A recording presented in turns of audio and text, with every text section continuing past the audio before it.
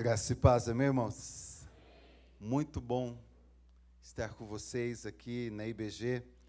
Essa igreja que faz parte da minha história, não só pelo fato de eu aqui ter passado ótimos momentos que me recordo até hoje, mas pelo fato de aqui meus 3 filhos terem sido batizados aqui na Igreja Batista da Graça.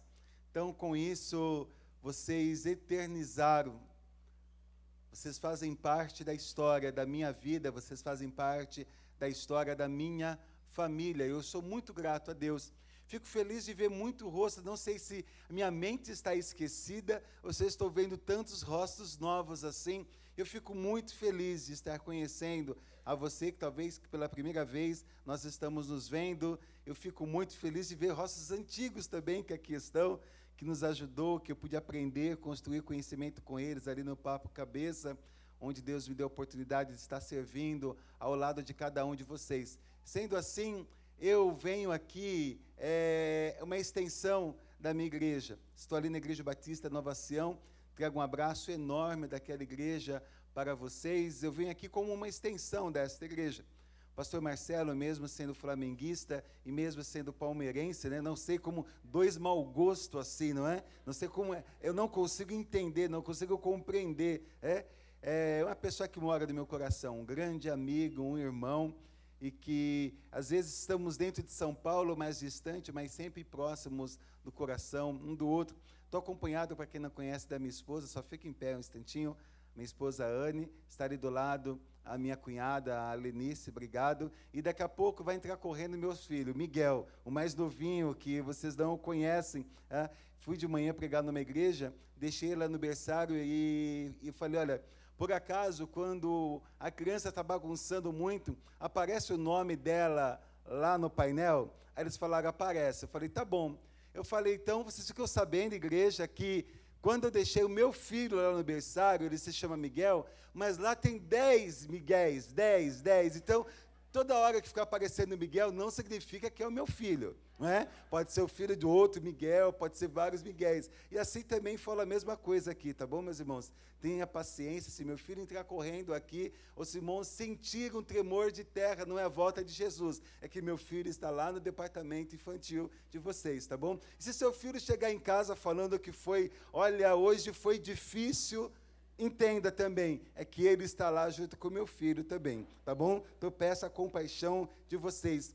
Tanto, essa semana eu estava arrumando, homem quando vai arrumar as coisas, às vezes é difícil, né? As coisas do meu armário não é nada arrumado, é tudo jogado, não vou mentir, né? E eu peguei uma camisa que lá estava, e quando eu olhei, estava uma camisa preta da Igreja Batista da Graça, e do lado de uma camisa branca, laranja também, de trabalhos que eu fiz aqui. Eu falei, puxa, como é bom saber que na minha vida Deus colocou pessoas maravilhosas. E eu falava para minha esposa que isso longe de Deus, falei, Senhor Deus, estou falando para ela, mas o Senhor não escuta isso não, tá bom? Falei, se eu morresse hoje, eu morreria muito feliz.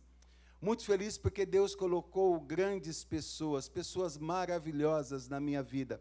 Pessoas que eu aprendi a amar e sei que sou amado. Eu falei, então, eu iria para o céu e falaria lá, Senhor Deus, como o Senhor é bom demais, como diz o mineiro, né? Que trem bom demais foi te servir ao lado de grandes homens, grandes mulheres, adolescentes, o pessoal do Adoleste, do Interleste, que eu tive o prazer de conhecer também. Que Deus continue abençoando todos vocês, queridos. Que Deus continue guardando vocês de todo mal. Que Deus continue preservando, dando crescimento a esta igreja, não só o crescimento físico, mas o principal, que é o crescimento que conta nessa vida e conta na outra, que é o crescimento do nosso relacionamento com Deus. Que nesta noite vocês continuem nesta diretriz. E eu gostaria de falar com vocês sobre este tema que tem sido falado no mês de maio, mês da família, mês das noivas, mês dos noivos, mês de casamento. E família é algo muito complicado. Família, cada um tem a sua, muda o sobrenome, mas a grande verdade é que família é tudo a mesma coisa. é igual, é semelhante, os problemas são o mesmo. Se você olha para a sua família e olha para a família do vizinho e diz, família boa, a família daquele irmão, daquela irmã, querido, é porque você não está dentro da casa daquela pessoa o dia inteiro, é porque você não convive com a família daquela pessoa. Mas nós temos em Deus a capacidade, em Deus nós temos todas as condições de superarmos as barreiras, de superarmos os dilemas que existem nas nossas famílias. Deus colocou você dentro desta família, não foi por um acaso, e Deus colocou você dentro desta família de Deus. E quando eu falo família, eu estou falando de você que mora com a sua tia, que mora com o seu tio, que mora com a sua avó. Não estou falando de marido e mulher e filhos. Estou falando de pessoas que moram, que residem debaixo do mesmo teto e têm por vínculo o amor e têm por vínculo a palavra de Deus. Ali está uma família. Eu aprendi que residência você constrói com tijolo, com cimento, com areia. Lar você constrói com longanimidade, com amor, com renúncia, com respeito. Que nesta noite a palavra de Deus faça uma grande diferença na vida da sua família. Eu gostaria de meditar com você na palavra de Deus em Marcos, capítulo número 5. Do versículos de número 21.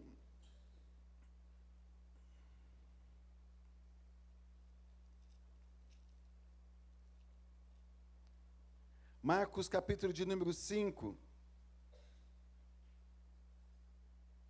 Do versículos de número 21 até o versículo de número 24. E eu gostaria de propor um tema a você, de nós falarmos sobre o absurdo, Jesus na minha casa. O absurdo, Jesus na minha casa. Diz assim esse texto, Marcos capítulo 5, versículos de número 21 ao versículo de número 24. E passando Jesus outra vez num barco para o outro lado, ajuntou-se a ele uma grande multidão, e ele estava junto do mar. E eis que chegou um dos principais da sinagoga, por nome Jairo, e vendo, prostrou-se aos seus pés, e implorava, rogava-lhe incessantemente muito, dizendo, minha filha está doente, peço-te que venha e lhe imponha as mãos, para que ela fique curado e viva. Vamos falar com Deus? Pai, tua palavra foi exposta aos nossos ouvidos, mas é no coração que esta palavra faz a diferença. Por isso fala conosco nesta noite, para a honra e glória do nome santo de Cristo Jesus, Senhor da igreja, Senhor de nossas vidas. Amém, amém. Se você for olhar aí em Marcos capítulo 5, versículos de número 19, o Senhor Jesus Cristo havia falado com o gadareno.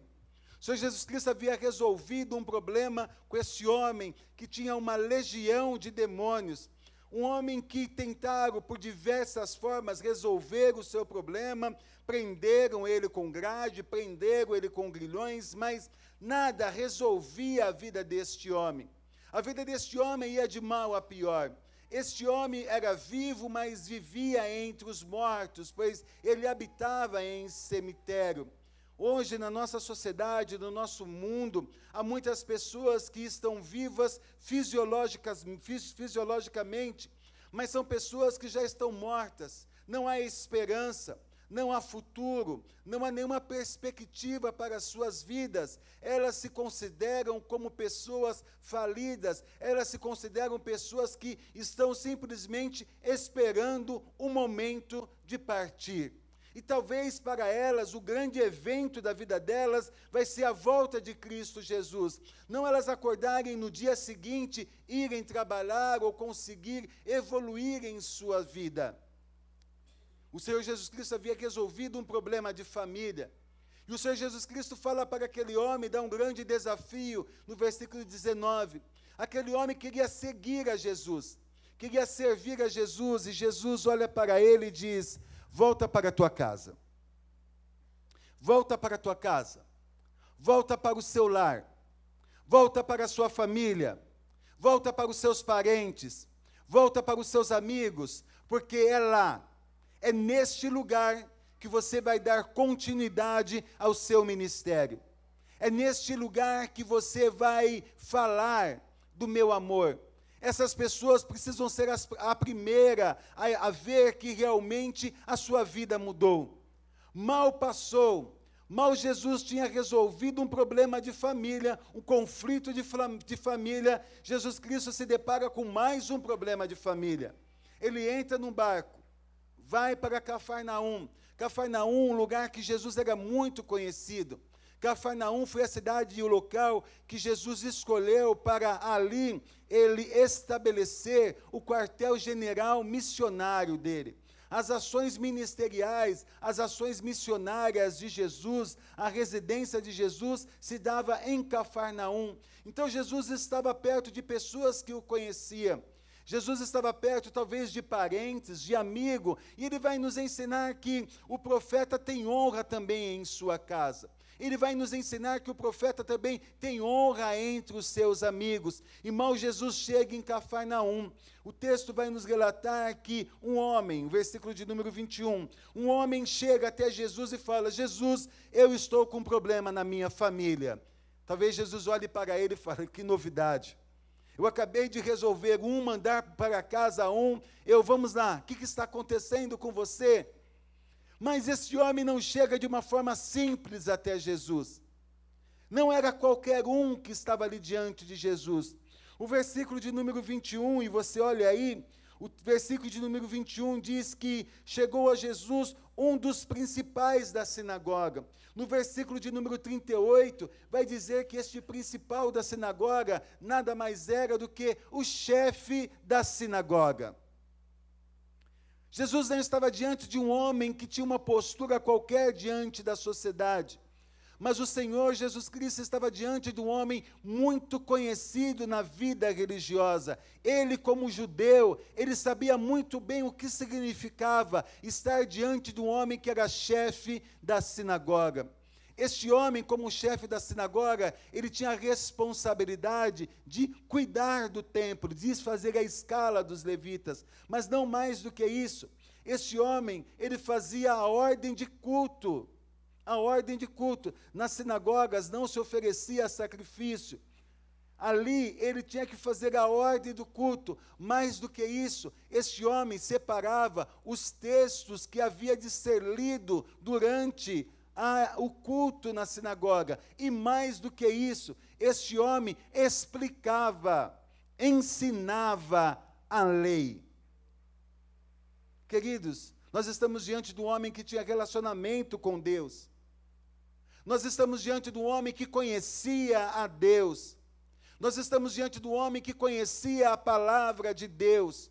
Nós estamos diante de um homem que se relacionava com as coisas de Deus e que cuidava das coisas de Deus. E nós vamos aprender uma coisa importante com este homem, que quando nós cuidamos das coisas de Deus, Deus cuida das coisas que são nossas.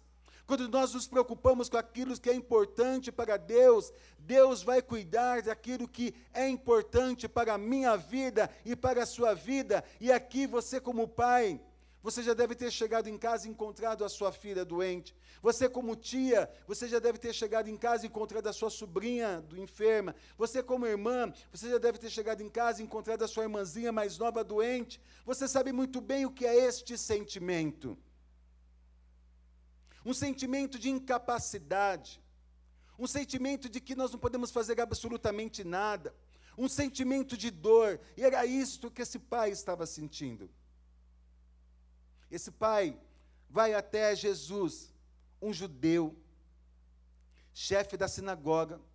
Ele vai até Jesus e diz: olha, Jesus, obrigado, viu, irmão Paulo? Obrigado pela água.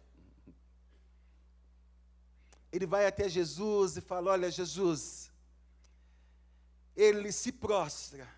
Já começa por aí. Um judeu que se ajoelha diante de um homem. Mas não é de um homem qualquer. Ele está ajoelhando diante de Jesus. Jesus, o qual os judeus falavam que era o quê? Uma heresia, um bárbaro, um endemoniado, um samaritano, um mentiroso, ele vai diante desse Jesus e se ajoelha diante desse Jesus. Ele se prostra. E ele começa a falar com Jesus, mas ele não começa a falar somente. Ele implora, ele roga para que Jesus vá até a casa dele. Querido, esse chefe de sinagoga, eu imagino a cena, quando ele sai da sinagoga e vai andando pela cidade, as pessoas falando, olha ali, olha o homem de Deus, olha o santo de Deus, olha aquele que nos ensina a palavra de Deus, olha aquele que tem intimidade com Deus, e aquele homem vai caminhando e vai chorando, e as pessoas olhando, e de repente ele chega aos pés de Jesus e se joga, as pessoas falam, calma aí, tem alguma coisa errada. Eu cansei de ir lá conversar com ele, de ele me orientar, de ele me instruir, de ele cuidar de mim, de ele zelar pela minha vida, de ele me dar conselhos, de ele me dar orientação. Agora este homem está ajoelhado no pé daquele filho de carpinteiro, filho de José, aquele homem que veio lá de Belém de Judá, esse falso pseudo-profeta. Este pai, este homem, ele não se preocupa com absolutamente nada daquilo que vão achar sobre ele. Porque ele estava diante do dilema, ele estava com um problema na família dele. E o problema na família dele era maior do que o orgulho, era maior do que o que as pessoas poderiam pensar a respeito dele. Com certeza, na sua casa, com certeza, na sua família, há problemas. Há adversidades. O que você está disposto a fazer para ver esses problemas resolvidos? Você quer ver os problemas resolvidos, que eu sei, mas o quanto você está disposto e o que você está disposto a fazer para ver os problemas da sua família, para ver os problemas da sua casa resolvidos? Nós muitas vezes queremos as soluções, mas não estamos dispostos a pagar absolutamente nada por isso, por mudanças em nossas vidas, mudança de comportamento, forma de pensar, forma de nos relacionarmos com Deus. É de graça, sim, nós não merecemos, mas requer posicionamento nosso. Esse homem, ele não pensa em absolutamente nada, ele fala, olha, eu estou com a minha filha doente, e o que for preciso para minha filha ficar bem, eu vou fazer. Queridos, as nossas famílias, a família brasileira, ela está enferma, ela está doente, os nossos filhos estão sofrendo de todos os tipos de assédios, de todos os tipos de problemas na escola. Não se trata tão somente de baleia azul. Baleia azul é um sintoma de uma enfermidade, de uma sociedade que está enfermo. Amanhã vai ser tubarão rosa, depois vai ser sardinha roxa, vai ser alguma coisa assim. Porque isso nada mais é do que uma sociedade que está enferma e manifesta de tempo em tempo os seus sintomas. O que nós estamos dispostos a fazer para ver a nossa sociedade sadia? O que você está disposto para fazer para ver a sua família sadia? O que você está disposto para fazer para ver a sua vida sadia? Este homem não mediu nenhum esforço. Ele se humilhou. Ele não pensou no que os outros iriam pensar. Nós vivemos numa sociedade que somos vigiados 24 horas por dia, somos policiados em todos os momentos, e em todos os momentos estamos sendo julgados pelas pessoas, seja pela rede social, seja pela nossa roupa, seja pelo nosso comportamento, seja pelo carro que nós temos, pelo que nós não temos, somos o tempo inteiro julgados. E muitas vezes nós ficamos muito preocupados com aquilo que as pessoas vão pensar a respeito de nós. O que nós temos que pensar realmente é o que Deus pensa ao meu respeito, é aquilo que eu sei ao meu respeito, e aquilo que eu preciso fazer para mudar a situação da minha família, a situação da minha casa, a situação do meu lar, a situação da minha vida. Porque os conselhos, o que os outros pensam e o que os outros acham, não irão mudar absolutamente aquilo que você é e aquilo que a sua família está passando. Este homem se humilha, se prostra, se joga, roga aos pés de Jesus, diante de uma multidão. E então esse homem começa a passar por uma série de dificuldades. Quando você vai olhando para o texto fala que Jesus foi com ele e seguia uma grande multidão, uma multidão que ia apertando a Jesus. E a partir do versículo 25 começam os problemas da vida deste homem. Este homem estava todo feliz, Jesus está indo para a minha casa. Jesus vai curar a minha filha, Jesus vai colocar a mão sobre a minha filha, ela vai ficar restaurada, porque ele sabia, ele conhecia do poder de Jesus, mas no meio do caminho começa a vir as coisas que vão atrapalhar. A multidão começa a cercar Jesus, a multidão começa a apertar Jesus, e Jairo está ali do lado de Jesus. De repente, Jesus para e fala: alguém me tocou. Eu imagino Jairo falando: Jesus, minha filha está doente. Jesus, minha filha está quase para morrer. Vamos embora, está tudo apertado aqui. Lógico que alguém vai te tocar. Vamos embora. E Jesus fica parado e falando: não, eu sei que alguém me tocou, porque eu senti sair de mim virtude. E Jesus começa a dar atenção para uma mulher que há 12 anos sofria de um fluxo de sangue. Interessante que no versículo de número 42 vai dizer que a filha de Jairo tem também 12 anos, ou seja, quando a filha de Jairo nasceu, os problemas dessa mulher começaram. Jesus está diante de duas situações familiares para resolver. Jesus fala: eu vou cuidar desta pessoa.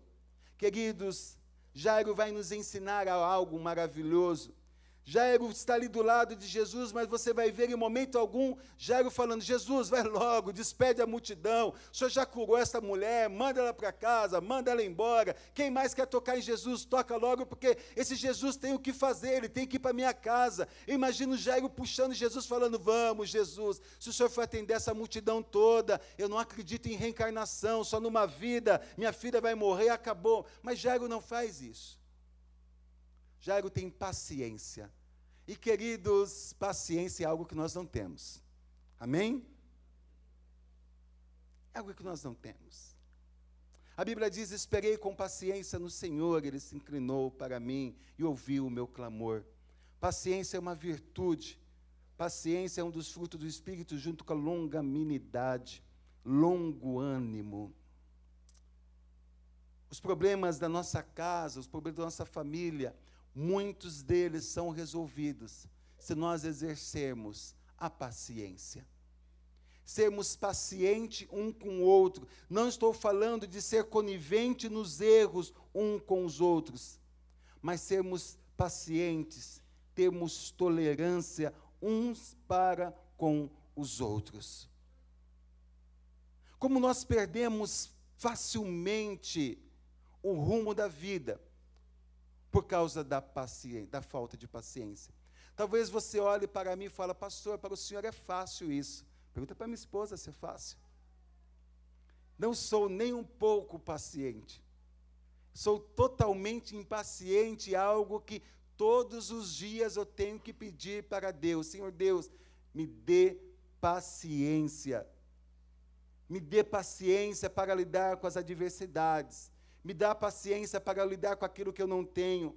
Me dá paciência para lidar com os meus defeitos. Me dá paciência para lidar com os meus pecados. Me dá paciência para lidar com os pecadores. Me dá paciência para lidar com as pessoas. Me dá paciência para lidar com a minha família. Me dá paciência para lidar com o meu chefe. Me dá paciência, Pai. Não me dá força, porque se der força, você mata.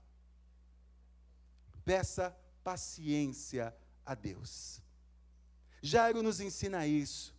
Eu imagino Jesus falando com aquela mulher e Jairo ali do lado e falando: eu sabia que esse profeta era falso. Esse homem, olha, e eu me ajoelhei no pé dele, chorei no pé dele. Esse homem não vai resolver nenhum dos meus problemas. E para piorar ainda mais, sabe o que acontece? Jesus está falando ali com a multidão, Olha o versículo de número 38, 36. Jesus está falando com a mulher, a mulher falando, olha, Jesus, 12 anos, eu estou assim, muito obrigado. Olha aqui minha sobrinha, olha meu primo, olha que bonito, Jesus. Chega alguém e fala, olha, não perturba mais Jesus, sua filha morreu, Jairo. Jairo, acabou. Jairo, sai do lado deste homem, sai do lado deste profeta. Acabou, sua filha morreu. Querido, Jairo mostra paciência, Jairo mostra agora autocontrole. Porque imagina você, pede para um médico cuidar da sua filha. O médico vai ver um que está com a unha encravada, o médico vai ver um outro que enfiou um algodão no ouvido, o médico vai ver um outro que está com uma dorzinha, uma espinha encravada, e sua filha lá passando mal.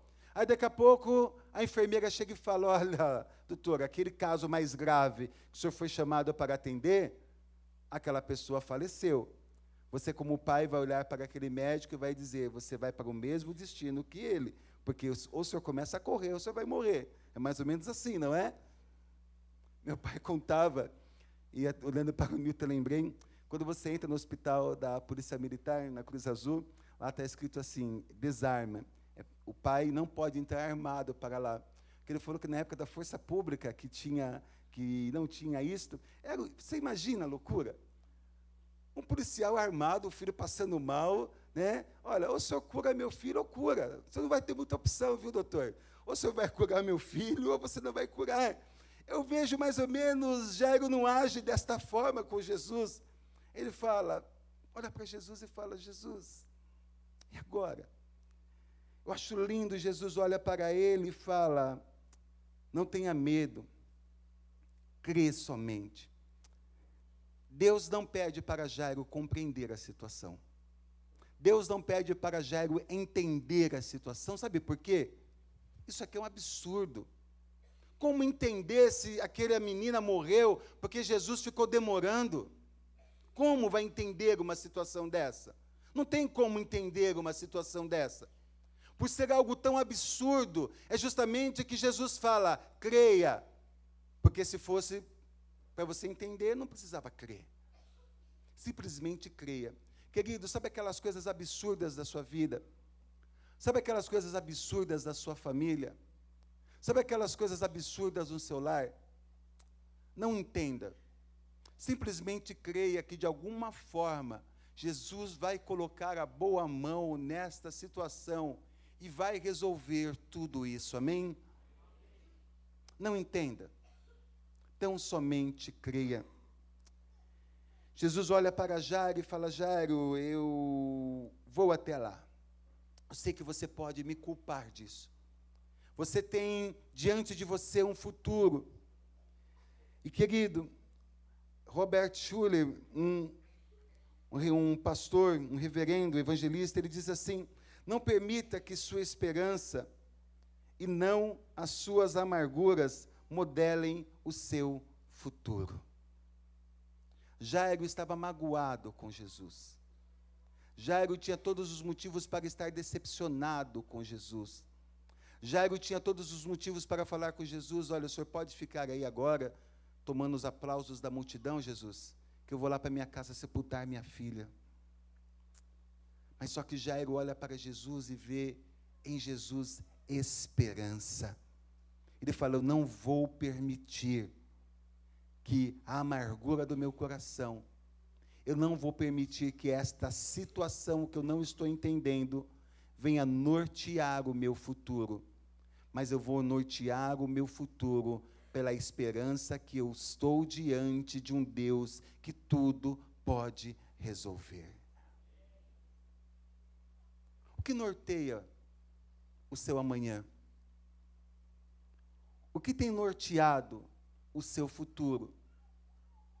Você tem planejado o seu futuro com as decepções da sua vida? Você tem planejado o seu futuro com as amarguras da sua vida? Você tem planejado o seu futuro com as frustrações da sua vida? Ou você tem planejado os seus futuros na esperança, dizendo, e digo que tu és o meu Deus, e os meus dias, Deus, estão nas tuas mãos. Como é que você olha para o seu futuro? Como é que você olha para o seu amanhã? Como é que você espera o seu amanhã? Jairo foi até a sua casa. Jairo foi com Jesus. E nós vamos ver que a partir do versículo de número 31, o Senhor Jesus Cristo chega na casa de Jairo. Ele entra na casa de Jairo. No versículo de número 38, quando ele chega ali na casa de Jairo, está um alvoroço muito grande, pessoas chorando, pessoas desesperadas. E aqui a palavra de Deus vai nos ensinar uma coisa, querido. Não tenha medo dos sinais de morte na sua casa. Não tenha medo dos sinais de fracasso na sua vida. Não tenha medo dos sinais de angústias que estão ao seu redor. Não tenha medo disso. Não tenha medo das lágrimas, não tenha medo da tristeza, não tenha medo da angústia, não tenha medo da decepção, não tenha medo disso. Isso está ao nosso redor. E o Senhor Jesus Cristo entra naquela casa, e eu imagino Jairo, como ele deve ficar mais comovido, porque ele saiu da casa, a filha estava enferma, agora ele volta, a filha está morta, a mãe chorando, a família chorando, e Jairo começa a entrar em desespero, talvez falando, acabou mesmo, Jesus, acabou. Jairo, ele não se lança aos pés de Jesus aqui, Jairo não fala com Jesus. O machucado, a ferida no coração de Jairo, a ferida na vida de Jairo era tão grande que Jairo fica em silêncio, Jairo fica calado, assim como eu e você. Quantas orações silenciosas nós fazemos na presença de Deus, queridos. Quantas vezes nós queremos orar, queremos falar coisas bonitas para Deus, em situações de perda, de adversidade, nós dobramos os nossos joelhos, e a única coisa que vem à nossa mente, a única coisa que brota na nossa vida naquele momento, são lágrimas e mais nada. Nós não conseguimos elaborar nenhuma frase, não conseguimos falar nada, não conseguimos sentir a presença de Deus. Mas o melhor de tudo é que Deus está com você, não é porque você sente Ele. Deus está com você porque Ele prometeu estar com você. Eis que estou convosco todos os dias até a consumação dos séculos. Ele está com você, é porque Ele prometeu. Mesmo quando você não está sentindo, Ele está com você, porque Ele prometeu. E Ele não mente, Ele não desiste de você. Jairo entrou em casa e falou, eu sei que o tecido para sepultar minha filha já está pronto. Eu sei que a sepultura já está pronta. Eu sei que as cantarias já estão prontas, as cantoras já estão prontas, tudo isso já está pronto, mas eu vou ficar olhando para Jesus, porque eu vim até aqui guiado por Jesus, eu vim aqui acompanhado por Jesus, e eu vou continuar olhando para Jesus, eu vou ter os meus olhos fixos em Jesus, naquilo que eu sei que Ele pode fazer, no mais absurdo. É por isso que eu estou crendo nele. Eu não sei como Ele vai resolver esta situação, mas eu creio que Ele vai fazer algo em meu favor. Querido, eu não sei como Deus vai resolver os problemas da sua família. Eu não sei por onde virá a ajuda de Deus. Eu não sei quando virá a ajuda de Deus. Uma coisa eu posso crer, que o Senhor Deus não está de braço cruzado, assistindo os problemas da sua família, como se isso não estivesse afetando os planos dele. Ele é um servo sofredor. Ele sabe o que é dor. A palavra de Deus diz que Jesus chorou. Se Jesus chorou, Ele sabe o peso, o significado das suas lágrimas. E justamente por Ele saber o significado das suas lágrimas, é que lá em Apocalipse diz que Ele recolhe cada uma das nossas lágrimas num odre, e nenhuma delas cai no chão. Porque Ele sabe o peso, a dor de suas lágrimas. O Senhor Jesus Cristo chega na casa de Jairo. E toda vez, e eu me lembro uma vez que eu fui fazer um sepultamento, eu fui procurar palavras de Jesus. O que Jesus falava diante do sepultamento, para o morto, para a família do morto? E não achei nenhuma, porque toda vez que Jesus chegava no sepultamento, o sepultamento acabava, porque ele ressuscitava as pessoas que estavam ali. Jesus Cristo chega nesta casa. Esta casa era um lugar de alvoroço, de choro, de pranto, de perda, até Jesus chegar naquela casa. Todo caminho é um caminho comum, até Jesus passar por ele. Quando Jesus passa, quando Jesus entra numa casa, aquela família, aquele lar não é mais o mesmo. Jesus Cristo entra ali, fala com aquela menina, ovelhinha, fica em pé, devolve a vida, devolve a esperança, devolve a alegria àquela casa. O que você está disposto a fazer para que Jesus Cristo resolva os problemas da sua família? Talvez você está mantendo o orgulho, talvez você está mantendo a soberba, talvez você está mantendo a falta de perdão, a falta de amor, e isso não está ajudando em absolutamente nada na solução do problema. Jairo humilhou, renunciou toda a sua vida, renunciou todo o status dele, foi lá e colocou a sua cara no pó, diante de Jesus.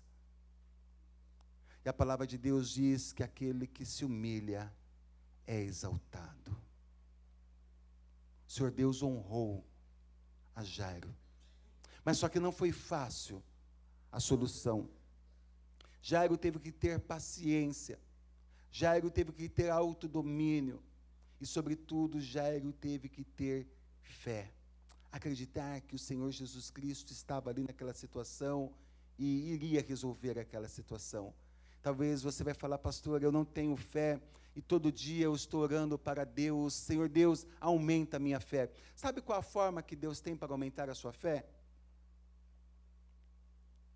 Sabe, toda vez que você pede, Senhor Deus, aumenta a minha fé, sabe o que você está pedindo para Deus? Senhor Deus, me testa, me prova. Manda mais problema, larga, como eu diria, né? Sem tuaço, Deus, que eu estou aguentando.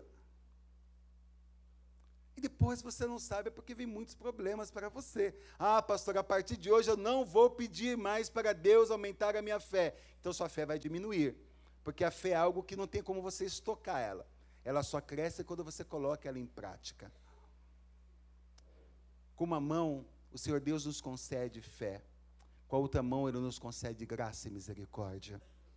E diz, estou te testando, te provando, minha função não é te derrubar, é te deixar mais forte.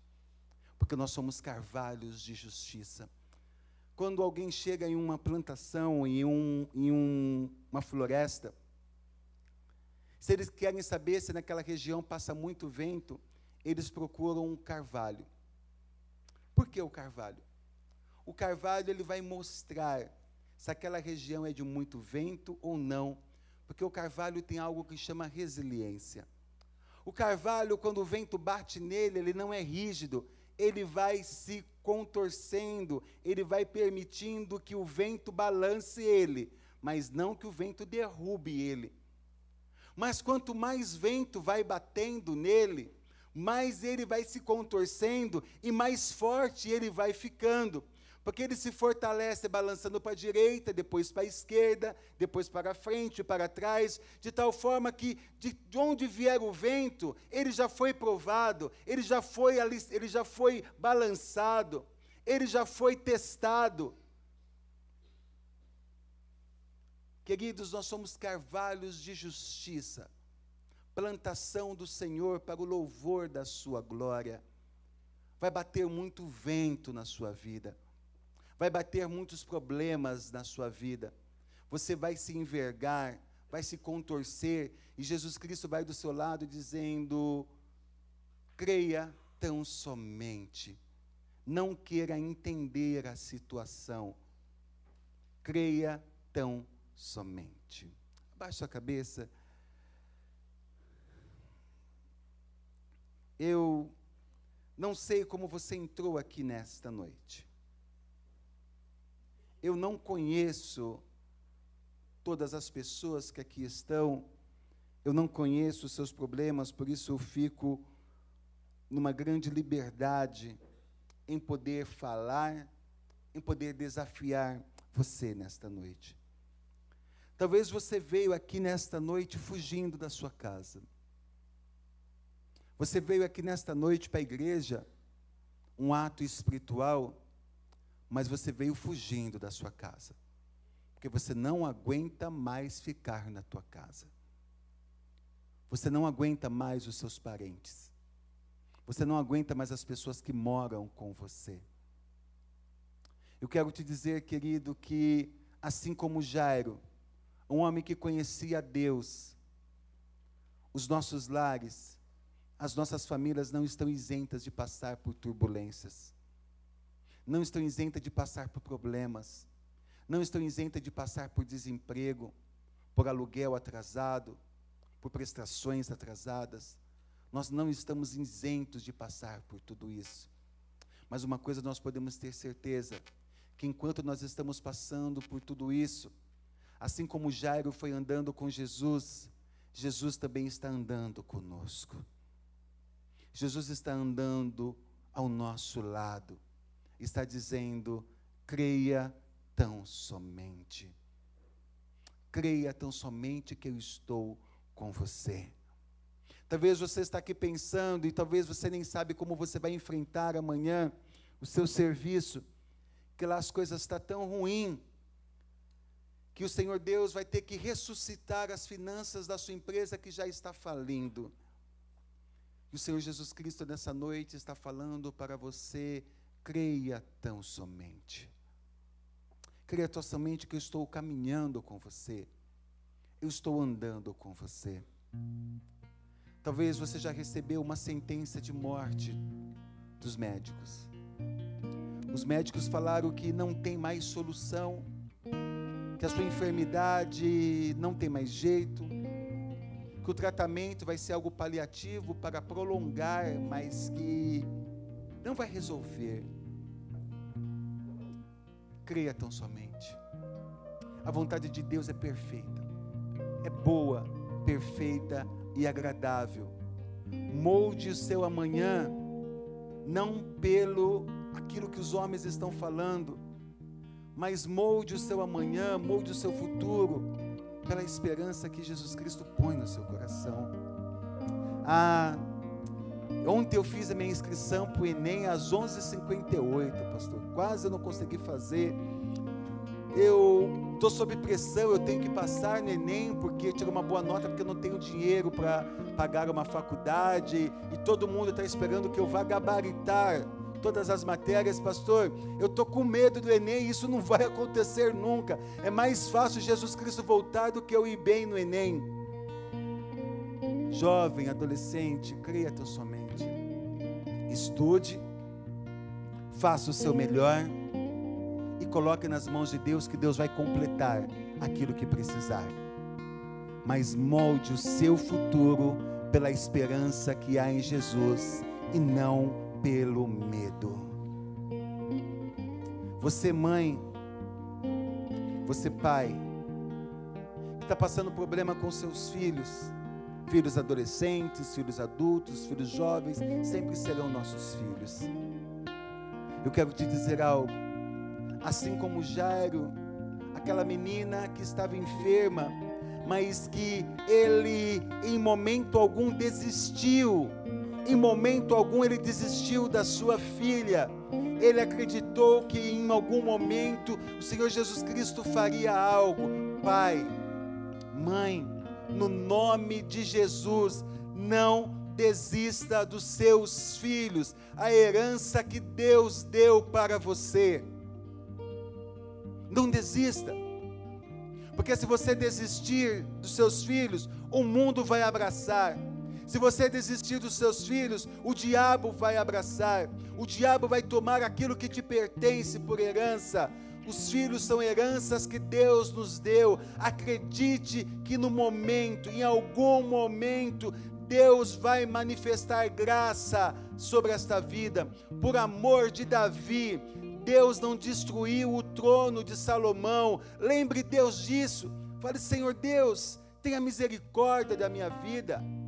Tenha bondade dos meus filhos, da minha herança, Pai.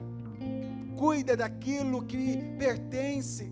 Talvez você, pai, você, mãe, tudo isso acontece porque às vezes você até acaba se dedicando demais à igreja. Lembre-se, quando nós cuidamos das coisas de Deus, Deus cuida das coisas que são nossas, querido. Então, pai, mãe, não desista dos seus filhos. Filho, não desista do seu pai. Meu pai, 1962, 63, colocava minha mãe para dormir para fora de casa, alcoólatra, com processo já para ser até exonerado da polícia militar por bebida. Mas minha mãe nunca desistiu dele. Nunca desistiu dele. Anos depois ele se converteu, foi para o seminário batista regular, um pastor que mudou a vida, a minha vida e a vida de toda a família, porque não desistiram dele. As pessoas costumam dizer: ah, pau que nasce torto, morre torto, não é? As pessoas sempre falam isso. Ah, pastor, pau que nasce torto, morre torto. Qual era a profissão de Jesus? Ele era carpinteiro.